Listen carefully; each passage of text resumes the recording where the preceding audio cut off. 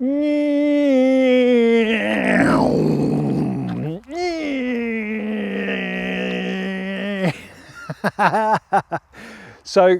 I'm an aeroplane because in this session I'd like to talk to you about travel. Travel, not something we've done a whole heap of recently, but travel is actually increasingly one of the most impactive drivers of form that we see in the data, both negative and positive. When we saw the world unlock a little bit, it was a big positive as we feel that we can go away and go on holiday. But business travel is a strong negative driver, and the stress of travel can be a driver when we're traveling for business too. So let's talk about travel. Travel can be good, it can be really positive, it can be something to look forward to. The idea of going to a destination where we're going to be inspired, where we're going to experience awe, where we're going to connect with family at a time when we're taking a break from our work and recharging, that's all really positive stuff. Actually, the mindfulness and the mindful moments we'd receive on a train journey, traveling through beautiful countryside, is an incredible experience. So having travel to look forward to, experiencing different and diverse cultures, learning new things, all of these good for our well-being. And I guess when we've had that taken away, some of us have suffered. And that has caused some of us actually to not take holiday, which is a big shame because, again, travel in the UK is really worth doing. There's some amazing things to see in the UK or in your home country for those that are watching this from overseas. But actually taking that break from a holiday perspective and traveling locally. So the last weekend, I went 10 minutes from here in the car, from where I am right now, and Sunday morning early went swimming in a river, and I never knew you could get into this river, and it was amazing, such a brilliant experience, traveling 10 minutes to do that. So think about where you can travel to locally to experience something new. But let's talk about business travel, because business travel definitely can have a negative effect on our mental health and well-being.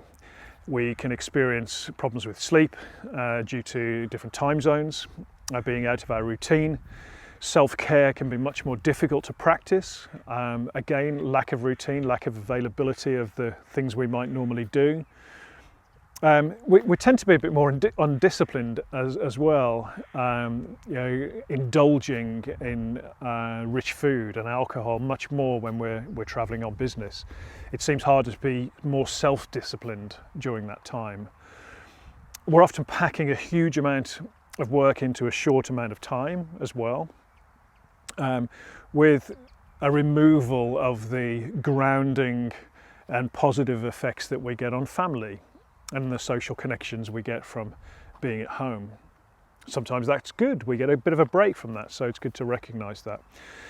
So, and I think the other thing is that it's a really strange thing. You go to an airport and it's 5 a.m. in the morning, and you're offered champagne in a lounge or on the plane if you're travelling in the right sort of class that offer you champagne.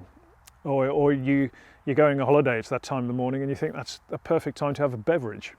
And for me that's one of the most strange things in life, because actually if we're going to get on a plane and go to sleep, to try and end up a bit as refreshed as we can in the place we're going to, a few glasses of champagne is not what we need, because that will interrupt our recovery during sleep, and our sleep is going to be challenged anyway because we're on an aeroplane.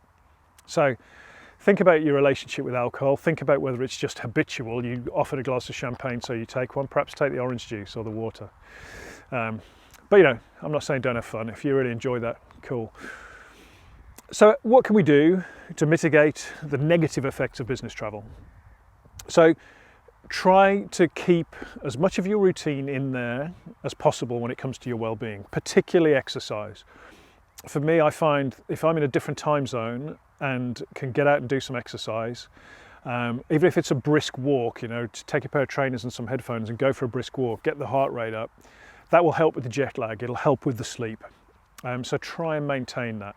There's some great well-being style hotels now that are offering much better provision in terms of exercise and ability to look after yourself. So think about that when you're booking the accommodation. And if that costs a bit more, that's probably a worthwhile investment for your company, because that will help you stay well.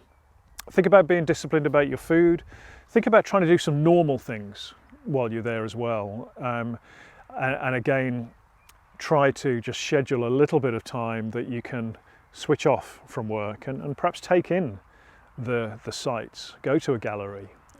We travel to some amazing places that actually we can come back feeling enriched and have stories to tell that are not about business. So try and build that in as well. I would always do that on a business trip, is go to a gallery, go for a bike ride, just do some normal stuff. And stay hydrated.